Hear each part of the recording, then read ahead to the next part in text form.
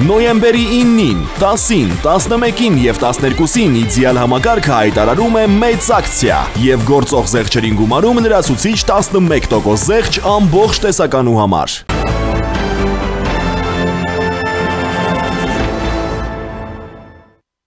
Եթե Հայաստանը և Ադրբեջանը փոխանակվեն տարածքներով, դա կորոշվի հանրաքվեով։ Այդ հարցը Հայաստանի Հանրապետության օրենսդրության համաձայն չի կարող տեղի ունենալ առանց հանրաքվեի։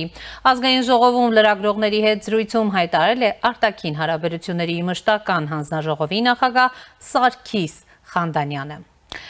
Ըստ Սարգիս Խանդանյանի ըստ էության լրջագույն խնդիրներ են առաջացել վերջին շրջանում, եթե հանկարծ որևէ սցենարով որոշվի, որ Հայաստանն ու Ադրբեջանը պետք է փոխանակվեն տարածքներով, ապա դա տեղի կունենա։ Փաշինյանն արդեն մի քանի անգամ ասել է, որ Հայաստանի ոչ մի կառավարություն չի կարող հրաժարվել էքսկլավ-անկլավների հարցից, որովհետև մենք ունենք Արցվաշեն։ Խանդանյանը նշել է, որ անկլավների հարցը այս պահին կա, որը սակայն պետք է արձանագրվի սահմանազատման գործընթացի շրջանակում։ Սահմանազատման գործընթացը պետք է շարունակվի եւ սահմանազատման գործընթացի որևէ փուլում, ես չգիտեմ մեջտեղում, վերջում թե որ, պետք է նաեւ անդրադարձ կատարվի անկլավների հարցին։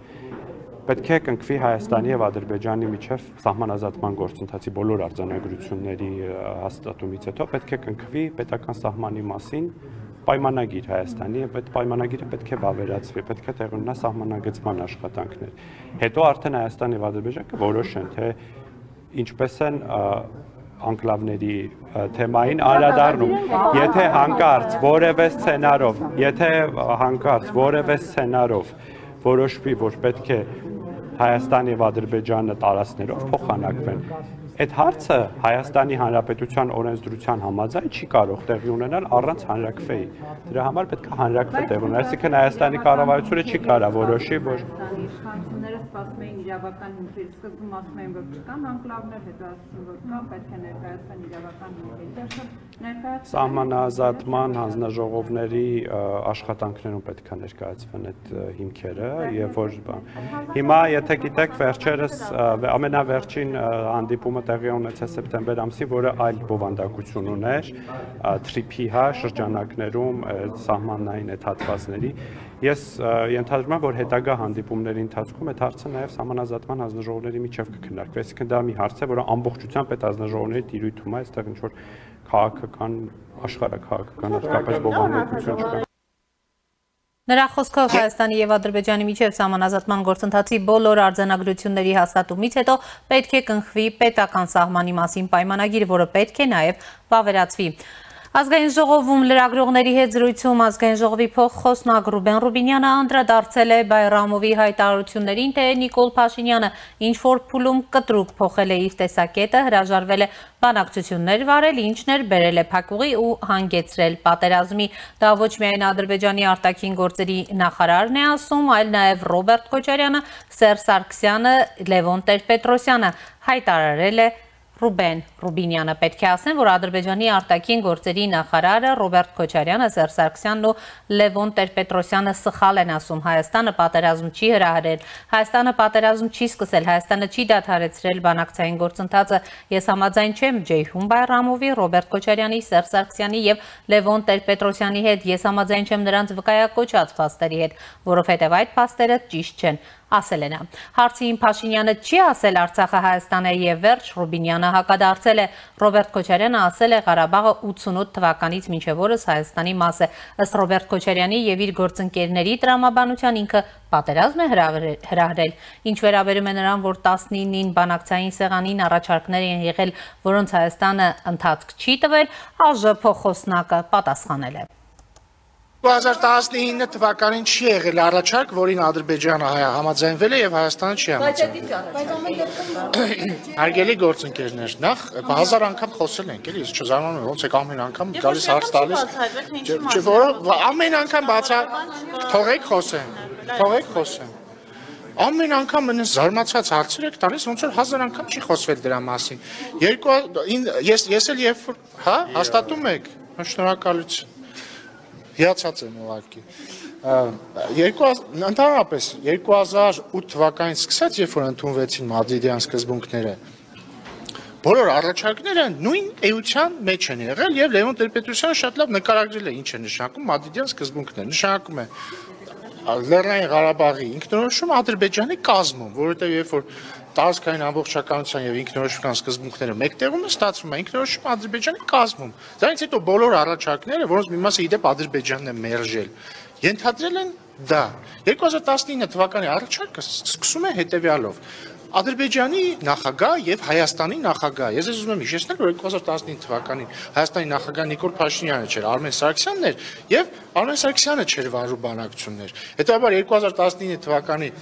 փաստաթուղթը եղել է Սերժ Սարգսյանի նախագահության ավարտի դրությամբ ինչ որ հանրագումար, որը Հայաստանը չի մերժել։ Նրա խոսքով մենք արդեն տեսել ենք ինչ է լինում, երբ հայկական ուժերը դուրս են գալիս 7 շրջանների մի մասից, երբ մնում է Լաչինի Միջանցք ու Լեռնային Ղարաբաղում ռուս խաղաղապահներ։ Մենք տեսել ենք, որ ոչ նոյեմբերի 9-ի հայտարարությունը եւ ռուս խաղաղապահների ներկայությունը Լեռնային Ղարաբաղում չի խանգարել, որպեսզի Ադրբեջանը 23 թվականի սեպտեմբերին իր վերահսկողության տակ վերցնի Լեռնային Ղարաբաղը։ Եթե փաստարկն այն է, երկու մասի էլի բաժանենք փաստարկը։ Իրանք ասում են, այ մեր ժամանակ քննարկում էր այս հանճարեղ լուծումը եւ շարունակությունը, մեղադրանքներ մեզ։ Հիմա ես ասում եմ, հակափաստարկ համար 1, եթե ձեր ժամանակ քննարկում էր այդ հանճարեղ լուծումը, ինչի այդ հանճարեղ լուծումը չի իրագործվել։ Գուցե որովհետեւ այդ հանճարեղ լուծմանը Ադրբեջանը չի համաձայնվել երբեք։ Հակափաստարկ համար 2, նույնիսկ եթե այդ ձեր պատկերացրած հանճարեղ լուծմանը Ադրբեջանը համաձայնվեր, այդ լուծումը արդեն իսկ հայտնի է, ենթադրելու էր 7 շրջանների վերահսկողության հանձնում Ադրբեջանի, կամ 7 շրջանով, կամ 5+2, կամ Լաչինի Միջանցք պահելով, այսքան կիլոմետրաժով կամ այսքան, բայց էությունը շատ չի փոխվում։ Եվ Լեռնային Ղարաբաղի շուրջ ռուս խաղաղապահ զորամիավորման տեղակայում։ Հիմա ասում եմ, մի պայմաններում, երբ որ Լեռնային Ղարաբաղի շուրջ ռուսական խաղաղապահ զորակազմի տեղակայում տեղի ունեցել էր եւ Լաչինի Միջանցքի շուրջ, Ադրբեջանը գրավել է Լեռնային Ղարաբաղը։ Հետևաբար իրենց պնդումը, որ տեսեք, այսպիսի հանճարեղ բան էր լինելու, նախ փաստ չի որ լինելու էր, երկրորդն էլ լինելու դեպքում մենք արդեն տեսել ենք դա ոնց է ավարտվում։ Եվ այս պահին առաջինի տաղավարում զրուցել եմ Ժողովրդավարության ու անվտանգության կենտրոնի ղեկավար Արնոլդ Բլեյանի հետ։ Պարոն Բլեյան, բարև ձեզ, շնորհակալ եմ հրավերն ընդունելու համար։ Միշտ սիրով։ Պարոն Բլեյան, եւ այսպես Ազգային ժողովի արտաքին հարցերի մշտական հանձնաժողովի նախագահ Սարգիս Խանդանյանը այսօր լրագրողների հետ շփազրույցում հայտարարել է, որ եթե Հայաստանն ու Ադրբեջանը փոխանակվեն տարածքներով, դա կորոշվի հանրաքվեով, որովհետեւ այլ բան մեր օրենսդրությունը թույլ չի տալիս։ Դուք ըստ էության կլինի հանրաքվե, դուք ինչպես եք գնահատում վերջին շրջանում ըստ էության անընդհատ անկլավ, էքսկլավների մասին հայտարարություններ հնչեցին, Նիկոլ Փաշինյանը մի քանի անգամ արդեն ասել է, որ Հայաստանի ոչ մի կառավարություն չի կարող հրաժարվել էքսկլավ անկլավների հարցից, որովհետև մենք ունենք Արցվաշեն, հիմա ըստ էության արտաքին հարցերի մշտական հանձնաժողովի նախագահի մակարդակով այսպիսի հայտարարություն է լինում, դուք առհասարակ որքանով եք հավանական համարում այս թեմայի շուրջ հանրաքվեի անցկացումը եւ որքանով է դա առհասարակ իրատեսական։ Իհարկե ավելի տրամաբանական եւ ձեռնտու Հայաստանի Հանրապետության համար, որպեսզի տեղի ունենա անկլավների փոխանակում, որովհետեւ մեր համար ավելի կարեւոր է օրինակ Տիգրանակերտը, հա, նույն Քարքին, մնացած երկուսը, քան օրինակ Արցվաշենը։ Մյուս կողմից իհարկե շատ լավ կլիներ, որպեսզի Հայաստանի եւ Ադրբեջանի միջև այնպիսի բարեդրացական հարաբերություններ կարգավորվեն, որպեսզի արդեն խնդրահարույցել չլինի Ադրբեջանի տարածքով ամենական վայոց ձոր գնալ-գալ։ Բայց մենք հասկանում ենք, որ դա մոտակա ապագայի հարց չէ։ Եվ հետևաբար այս պայմանությամբ ավելի տրամաբանական լինի, որպեսզի Արցվաշենը մնա իրենց, մնացած երեքը մնան մեզ։ Սա ես կարծում եմ այս պայմանությամբ դեռ որոշվելու հարց չէ, որովհետեւ ըստ ամենանի դա պետք է որոշվի, երբ արդեն հերթը գա դելիմիտացիայի, դեմարկացիայի այդ շրջանների, իսկ այս պայմանությամբ դեռ մենք չգիտենք էլ որտեղից է սկսվելու, երբ է սկսվելու, եւ հետեւաբար կարծում եմ դեռ այս պայմանությամբ այս հարցը դեռ չի հասունացել։ Միգուցե եթե իրենք բարձրաձայնում են, կա արդեն այդ հարցը, դա է պատճառը, որ իրենք բարձրաձայնում են, բայց համենայնպես նույն Ադրբեջանը նույնպես ասում է, որ դելիմիտացիայի, դեմարկացիայի արդյունքում պետք է որոշվեն անկլավների ճակատագիրը։ Որ անկլավների հարցը այս պահին կա, սակայն պետք է արձանագրվի սահմանազատման գործընթացի շրջանակներում։ Դե երբ որտեղ հաջորդ մասը արդյոք հենց այդ շրջաններում է լինելու։ Տրամաբանական կլինի, օրինակ Մեղրի շրջանում լինի սահմանազատում եւ սահմանագծում, որտեղ այնտեղով պետք է անցնի, հա, առաջին ճանապարհը ենթադրաբար։ Հետևաբար տրամաբանական կլինի սահմանազատում եւ սահմանագծում անցկացնել այն շրջաններում, որտեղով պետք է անցնեն երկաթգիծ, ճանապարհ, խողովակաշար, մալուխ եւ այլն։ Հաշվի առնելով Ադրբեջանի ընդհանրապես սահմանազատման գործընթացում ցուցաբերած մոտեցումները, դուք իրատեսական համարում եք Մեղրիում իրականացնելը, որովհետև դուք գիտեք նաև, որ այս ամբողջ ընթացքում նշվում էր ամենախնդրահարույց տեղերում, հատկապես Ադրբեջանի առաջ խաղացման հետ կապված, այդ տարածքներից ադրբեջանական զորքերի հետ կանչը, մենք գիտենք, որ ըստ էության իշխանությունն ասում է, երբ հասնենք այդ հատվածներ նոր կդրվի դա քննարկման։ Հիմա հաշվի առնելով Մեղրիի գործոնը դուք իրատեսական համարում եք Մեղրիում, տրամաբանական եք համարում, բայց արդյոք այն իրատեսական է բան։ Գիտեք, մենք իրատեսական չենք համարում, որ ընդհանրապես Ադրբեջանի հետ խաղաղության համաձայնագիր կստորագրենք կամ կնախաստորագրենք։ Մենք իրական չենք համարում, որ Ադրբեջանի տարածքով մենք ցորեն կստանանք։ Մենք իրականություն չենք համարում, որ ընդհանրապես Կիրանցի հատվածում կգանք որևէ համաձայնության։ Մենք իրականություն չենք համարում ընդհանրապես Ադրբեջանի հետ, բացի պատերազմից, այլ օրակարգի շուրջ կարելի է ընդհանրապես քննարկում իրականացնել։ Եվ հետևաբար ես չեմ բացառում, որ այո, ինչ որ մի պահի մենք կարող ենք այնտեղ իրականացնել եւ այո, ադրբեջանական զինուժը դուրս կգա այդ տարածքներից։ Դե հիմա էլ ընդդիմությունը քննադատում է, ասում է, այդ ծորենը պարզվեց անորակ է, 4-րդ կարգի է, կենթանիների համար է, գիտեք, հիմա էլ դա է դարձել մեծ քննարկման առիթ։ Ես որքան գիտեմ 4-րդ կարգի ծորենը նաեւ օգտագործվում են լավաշ պատրաստելու մեջ։ Հետևաբար, բացի դրանից, ինչ պատվեր ստացել է Ղազախստանը, դա էլ իրագործել է։ Երկրորդ կարգի ծորեն պատվիրեք հաջորդ անգամ, մանավանդ որ ենք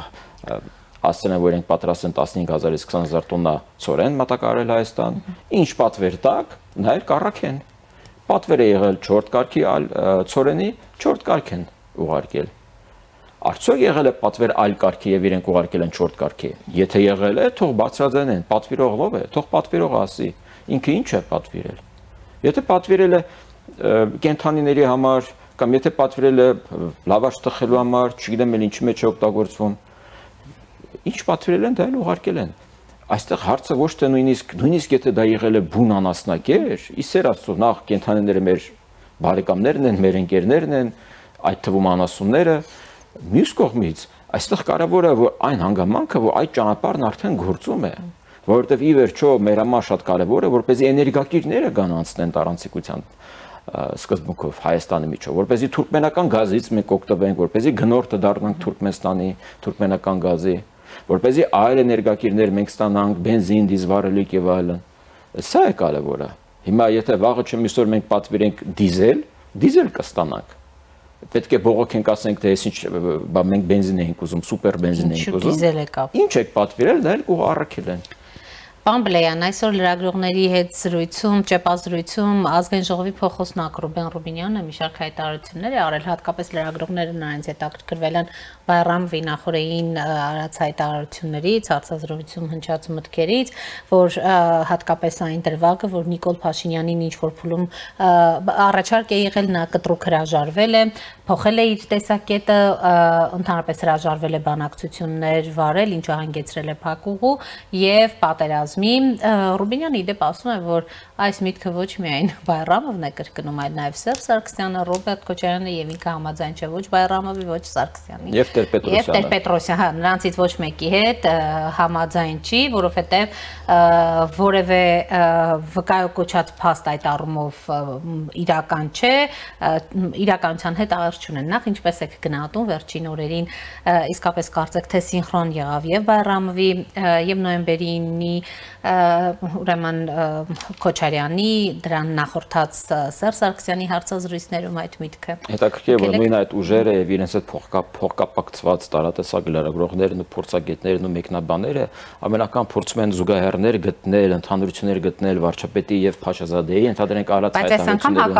Բայց այս անգամ իրենք կարծես չեն նկատում, որ իրենք կրկնում են նաեւ Մարիա Զախարովայի, Պեսկովի, Մեդվեդևի, Պուտինի, չգիտեմ, Միշուստինի եւ մնացածների Սոլովյովի արած հայտարարություններում, մենք պետք է վերջո հասկանանք, որ թարապես Լեռնային Ղարաբաղի հարցը դա Լեռնային Ղարաբաղի մասին չէր։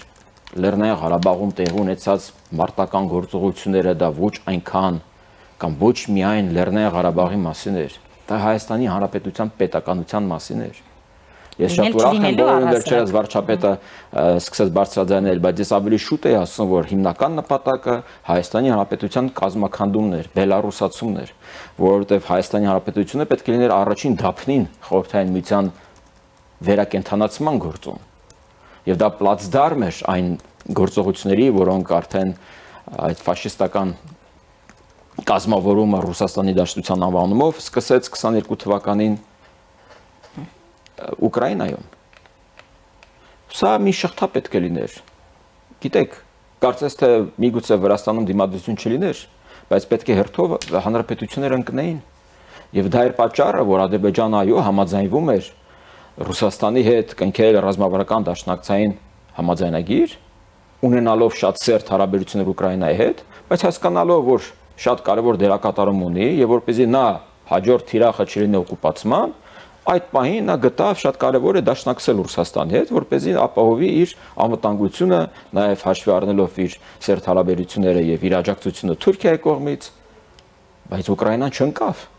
Եվ ուկրաինացի զինվորները պաշտպանելով Ուկրաինան, պաշտպանեցին Հայաստանը, Վրաստանը, Մոլդովան, կենտրոնական ասիական պետությունները, այսօր բոլորն են դրանից խոսում։ Մենք 22 թվականին էինք խոսում այդ հարցերից։ Այդ ժամանակ մարդիկ դեռ չէին հասկանում, ինչ կապ ունի ուկրաինական պատերազմը Հայաստանի Հանրապետության հետ։ Շատ ուղիղ, որովհետև շատ ուղիղ կապ ուներ նաև Լեռնային Ղարաբաղում տեղ ունեցող մարտական գործողությունները 20 թվականին։ Դա էր պատճառը, որ Ռուսաստանի Դաշնությունը դեռ 2008 թվականին Ադրբեջանի հետ արդեն ռազմավարական համագործակցության խարտիա էր կնքում եւ սկսեցին արդեն բազմամիլիարդանոց զենքի վաճառք Ադրբեջանին եւ դա էր պատճառը, որ նաեւ Ադրբեջանը համագործակցում է Ռուսաստանի հետ, որտեղ 2007 թվականին Պուտինն ասաց իր հիմնական այդ կարևոր Մյունխենյան այդ սպիչում նա ասաց Խորհրդային Միությունը չպետք է փլուզվեր այդ երկրորդ աշխարհամարտի արդյունքներով կամ սառը պատերազմի արդյունքներով այդ ավելի շուտ երկրորդ աշխարհամարտի արդյունքներով ձևավորված աշխարհակարգը եւ որն անցել է նաեւ փորձություն սառը պատերազմի միջով նա հաշտ չէ աշխարհակարգի հետ իրավունքի վրա հիմնված աշխարհակարգի հետ նա հաշտ չէ եւ սկսվեց պատերազմ Վրաստանում 2014 թվականին բռնակցում ուկրաինական Ղրիմը այդ թվում երբ նույն 2007 թվականին նա դելիմիտացիայի դեմարկացիայի համաձայնագիր է ստորագրում։ Այսինքն այսօր խոսել կոնկրետ փաստաթղթերից թե մադրիդյան, կազանյան, չգիտեմ ինչ, դա այնքան անեական է, ես գիտեմ որ վարչապետը պատրաստվում է այդ բոլորը հանրահայտնել, բայց իրականում դրանք կապ չունեն։ Եթե հիշում վերջին Ռուսաստանի Դաշնությունն է։ Քանի որ Մադրիդյանը նշեցիք, վերջերս Ռոբերտ Քոչարյանը իր հարցազրույցում նշում էր որպես արդյունք այ ինչ կլիներ, եթե ըստ էության որը կլիներ լավ տարբերակ Մադրիդյան սկզբունքների մոդիֆիկացված տարբերակի մասին ասել։ Նոր բառեր է սկսել իդեպ Ռոբերտ Քոչարյանը կիրառել իր հարցազրույցում Պամելյան։ Ես երեք ընթերցում էի Վանո Սերադեղյանի նամակը Վազգեն Սարգսյանին գրված 98 թվականին։ Եվ 98 թվականին արդեն ասում է, որ այս Ղարաբաղյան խնդիրը ոնց է լուծվելու, որ այդպես Լևոն Տեր-Պետրոսյանը կարծավ իր վրայից գցի նա պրծավ, չգիտեմ, բայց դու փաստորեն ստանձնում ես այս պատասխանատվությունը, դա կոպիտ ասած չլինող գործ է, ասիկան իրանք այդ ժամանակվանից գիտեին, որ դա խնդիր է, որ չկա ինչ որ ազգերի ինքնորոշում, այդ մնացածը լրիվ լոլաներ էին, որպեսզի իրենք թալանեն մեզ։ Սա է հիմնական բանը։ Իսկ իրենք գնում են փակ դռների ետևում, բանակցում են, թե ինչպես պետք է Ղարաբաղի վերջո հանձնեն Ադրբեջանին։ Դա էր պատճառը, որ ոչ Հեյդար Ալիևն էր համաձայնվում Քիվեստում, ոչ Իլհամ Ալիևն էր համաձայնվում Կազանում մնացած տեղերում, որովհետև իրենք հասկանում են, որ ամբողջը պետք է վերցնեն, ինչ մենք պետք է։ Նամանավանդ կար Ռուսաստանի Դաշնության ներկայությունը, ով նպատակ էր դրել Հայաստանի Հանրապետությունը կազմաքանդել։ Որպես դիտարկելով Հայաստանը թույլ օղակ, հարվածել Հայաստանին, մնացածների համար որ դաս լինի։ Բայց Հայաստանի Հանրապետությունը կարողացավ դիմագրավել։ Եվ դա եղավ 22 թվականի սեպտեմբերին հիմնականում իշնորհիվ Միացյալ Նահանգների եւ Իրանի։ Ինչի մասին խոսել ազգային ժողովի նախագահը, անվտանգության խորհրդի քարտուղար Արմեն Գրիգորյանը, Իրանի եւ Միացյալ Նահանգների շնորհիվ է եղել։ Եվրոպական դիտորդների առաքելության շնորհիվ է եղել, որ մենք կարողացել ենք դիմագրավել այդ ամեն ինչին։ Ուկրաինացի զինվորների շնորհիվ է եղել, որ Ռուսաստանն այնքան թաղվեց ուկրաինական ճահճում, որ փորձում է այնտեղ իր հարցերը լուծել եւ քիչ կենտրոնանալ Հայաստանի եւ մնացած շրջանների շուրջ։ Եվ մենք կարողացանք այդ արանքում իրենց ճանապարհել Զվարթնոցից, հայ-ադրբեջանական սահմանից, հայ-իրանական անցակետից 50-50 ձևաչափով հիմա ասում ենք հայ-թուրքական եւ հայ-իրանական սահմանը։ Իսկ իրենք ինչ են առաջարկում Ռոբերտ Քոչարյանն ու Սերժ Սարգսյանը։ Ասում են նոյեմբերի 9-ի 9-րդ կետ ռուսական սապոգի ներկայություն։ Այսինքն Լաչինի միջանց տեսած նոյեմբերի 9-ի եւ օգոստոսի 8-ի միջև այսպես հավասարության համարյա նշան դրեց անտրամաբանական է, որովհետեւ ես կարող եմ առանձին ատրիբուտներ համեմատել օգոստոսի 8-ի եւ նոյեմբերի 9-ի, որովհետեւ նոյեմբերի 9-ի միայն 9-րդ կետն էր, որ վերաբերում էր Հայաստանի Հանրապետությանը, իսկ օգոստոսի 8-ը ամբողջությամբ Հայաստանի Հանրապետության մասին է եւ Հայաստանի Հանրապետության հարաբերությունների Միացյալ Նահանգների հետ, Հայաստանի Հանրապետության հարաբերությունների Ադրբեջանի հետ, նոյեմբերի 9-ի Լեռնային Ղարաբաղի հրադադարի մասին էր, պատերազմական գործողությունների հրադադարի հայտարարություն էր։ Օգոստոսի 8-ը ապագայի մասին է, տեսլականի մասին է, տնտեսական համագործակցության երկկողմ եւ բազմակողմ համագործակցության մասին է։ Ո՞ց կարող ես համատել։ Իրենք համատում են զույգ նոյեմբերի 9-ի 9-րդ կետը օգոստոսի 8-ի այդ մեղրի Թրամփուղու հետ։ Այո, մենք այդտեղ կարող ենք համատել, մենք տեսնենք միտեղ կա սապոգ, միտեղ ընդհանրապես որևէ երկրի ռազմական սապոգի ներկայություն բացառված է եւ չկա, չի նախատեսում։ Եվ այսօր շատ լավ կլիներ, որ բոլոր քաղաքական ուժերը, փորձագետները, մասնագետները, մեկնաբանները մտածեն, թե ինչպես անեն, որպեսզի օգոստոսի 8-ը իրագործվի, օր առաջ իրագործվի։ Մենք օրինակ չենք նկատում, որ կենտրոնական ասիական երկրները 5 երկիր գնաց Սպիտակ տուն, Միացյալ Նահանգների հետ պայմանավորվածություններ ձեռք բերեցին Միջինցկի եւ այլ հարակից այդ առանցիկ շրջանների շուրջ։ Ինչ շնորհիվ օգոստոսի 8-ի եւ դրա մասին խոսեց նույն նախագահ Թրամփը։ Այսինքն ինչպես կարող է չնկատել այդ ամենը եւ կենտրոնանալ ծորենի 4-րդ կարգի վրա։ Այսինքն սա է մեր պատկերացրածը, ծորենի 4-րդ կարգ, բա ինչ էիք ուզում։ Թե ամեն կերպ սևացնել, չեզոքացնել, անվճար։ Չէ, չի կարելի։ Իրենք որտեվ իրենք հասկանում են, որ Հայաստանի զարգացումը, Հայաստանի ուժեղացումը եւ անկոնֆլիկտայնությունը դա իրենց քաղաքական վախճանն է։ Լավ, պարոն Բլեյան, ինչու էր պետք երկրորդ, երրորդ նախագահին հարցազրույցներ տալ հենց այդ օրը, նոյեմբերի 9-ն էր ձեր կարծիքով պատճառը, թե այնուամենայնիվ բոլորի մոտ, հատկապես Ռուսաստանի հետ կապված բավականին նրանց երկուսի մոտ նույն դիրքորոշումը կար եւ ինչ որ բան էին գուցե փորձում հասկացնել։ Ես դրանց կավելացնեմ նաեւ դրանց նախորդող Նարեկ Կարապետյանի հարցազրույցը։ Պուտինասեր Թակեր Քարլսոնի մոտ, որտեղ նա թիրախավորում էր Հայաստանի Հանրապետությունը եւ սուտ ու կեղծիք էր տարածում միջազգային հանրության առջև։ Եվ այն ոչ բարով փաստաբանը, իրավաբանը, դատապաշտպանը, ով նույնպես լծվել է այդ գործին։ Ես կարծում եմ սա հիբրիդային հարձակումներ են։ Կարան Կապերյանը հարձակվեց այնտեղ, Նարեկ Կարապետյանը հարձակվեց, հետո Սերժ Սարգսյանը հարձակվեց, Ռոբերտ Քոչարյանը հարձակվեց, հա, ось զլա, երեքով համախմբվել են ընդդեմ Հայաստանի Հանրապետության պետականության։ Եվ այսօր Ռոբերտ Քոչարյանն ու Սերժ Սարգսյանը հասկանալով, որ իրենց ուժը զիջում է Սամվել Կարապետյանի ուժին, օճառները ձեռքերը կանգնած հերթ են կանգնել եւ գովերգում են Սամվել Կարապետյանի եւ Նարեկ Կարապետյանին, որպեսզի տեղ գտնեն ռուսական հովանոցու ներքո։ Պարոն Բլեյան, հիբրիդային պատերազմներ են, դրա մասին վերջին շրջանում անընդհատ ենք խոսելու հայտարարվել, իսկ ինչ են անում Հայաստանի իշխանությունները այդ պատերազմներին դիմակայելու համար։ Հակառակը գրանցում են Սամվել Կարապետյանի ձևավորած կուսակցությունը։ Օրինական գրանցում են։ Ու այդքան գումար է մտնում, հելնում։ Այսօր ամսի 11-ն է, ճիշտ է։ Վաղը Դոնալդ Թրամփ կրծերը պետք է ժամաներ Հայաստան։ Ըստ ամենայնի չի ժամանելու, որովհետև իրենք սկզբից $1 միլիոն առաջարկեցին, հետո հասկացան քիչ է, հետո բարձրացրեցին $5 միլիոն։ Ամեն ինչ անում են, որպեսզի որևէ հայ-ամերիկյան համաձայնություն, ամերիկյան ներկայացվածություն, իսկ մենք գիտենք, թե ինչքան կարևոր է։ Իհարկե, մենք գիտենք ինչքան կարևոր է Դոնալդ Թրամփի կրծերը։ ավակ որդին նախագահ Թրամփի։ Թբիլիսիում կա Թրամփ թավոր, Բաքվում կա Թրամփ թավոր, կարծում Ադրբեջանում երկու հատ է, չգիտեմ։ Բոլորին վերջերս համաձայնություն եղավ Սերբիայում հիմա կառուցում։ Հասկանում եք, իրենք չեն ուզում, որ Հայաստանը զարգանա։ Սա ոչ թե ինչ-որ տնտեսական բախում կա, չգիտեմ, իրենց հյուրանոցային գործերին կարող են ինչ-որ։ Ոչ, չկա այդպես բան։ Իրանք ավել էլ կվճարեն, մենակ դու չգաս, Հայաստան չլինի։ Գնացել այնտեղ կանգնել են, ասում են եղերնը տեղ ունեցա, որտեղ հակաքրիստոնեական արշավ էր։ Մեր դաշնակիցները սպասում են, որ կասի Ռուսաստանը։ Չէ, Հունաստանն ու Կիպրոսը լռում էին։ Ես երեք իմացա, որ Ռուսաստանն ու Կիպրոսը մեր դաշնակիցներն էին։ Կարող եմ այդ փաստաթուղթը տեսնել, պարոն Կարապետյան, որտեղ է գրված։ Այդ փաստաթուղթը որտեղ գտնեմ։ Որ կայքեջում փնտրեմ գտնեմ այդ կայքեջը, այդ փաստաթուղթը, որ մենք դաշնակից ենք Հունաստան եւ Կիպրոս հետ եւ իրենք պարտավոր էին չլռեին կամ լավ լռելուց բացի նաեւ գործեին։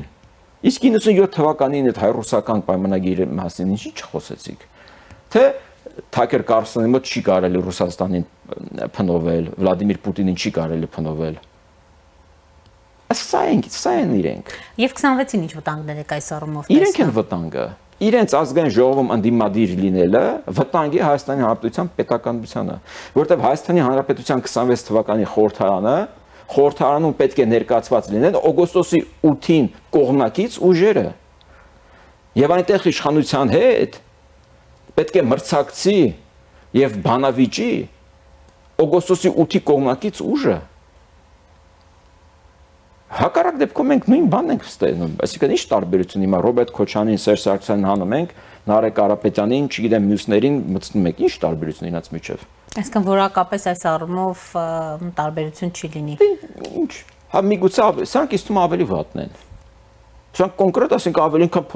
գիտեք, օրինակ մենք Ռոբերտ Քոչյանը գիտենք ինչքանով է վատ։ Գիտենք, որ օրինակ Սերժ Սարգսյանը միգուցե ավելի պակաս վատ է, քան Ռոբերտ Քոչյանը։ Իրենց մենք դեռ չգիտենք։ Իրենք կարող են ավելի վտանգավոր լինել եւ բացի դրանից աշխարհակաղակական իրավիճակն այնպես է, որ Ռուսաստանն եթե իմացա, որ Սամվել Կարապետյանի նման ինչ-որ ուժ ունի այստեղ, վերջ, իր հարցը լուծված է։ Հարավային Կովկասի հարցը լուծված է։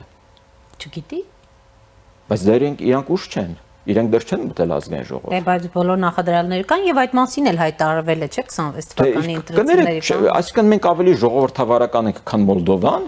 ով Եվրամիության կարգավիճակ է ստացել արդեն անդամակցության։ Այսինքն Մոլդովային կարելի է, իսկ մեզ չի կարելի, որտեղ մենք ժողովրդավարական ենք, հա, ավելի ժողովրդավարական ենք, քան Մոլդովան, ավելի դեմոկրատական ենք, քան Ռումինիան, ավելի դեմոկրատական ենք, քան Ֆրանսիան եւ Գերմանիան։ Այս երբ դարձավ, 18 թվականից հետո մենք այդքան արագ ժողովրդավարացանք, դե կներեք, բայց դա հենց եթե մենք ավելի ժողովրդավարական ենք, ուրեմն պետք է գնանք ժողովրդավարության պաշտպանության ուղղությամբ եւ դուրս բերենք այս քաղաքական ամբարոյականներին այս Հայաստանի Հանրապետության թերպես դիսկուրսից, քաղաքական դիսկուրսից, մեղք է ժողովուրդը, ինչքան կարող է լսել, այսքան հիմա ներկա նախկին, իսկ այնտեղ ինչ է լինելու։ Թուրք, ռուս, մեկը մյուսին թուրք է անվանելու, մեկը մյուսին ռուս է անվանելու, լավ չի կարելի այդքան, չէ։ Շնորհակալ եմ, պարոն Բլեյան։ Շնորհակալ։ Առաջինի տաղավարում զրուցում էի ժողովրդավարության ու անվտանգության կենտրոնի ղեկավար Արնոլդ Բլեյանի հետ։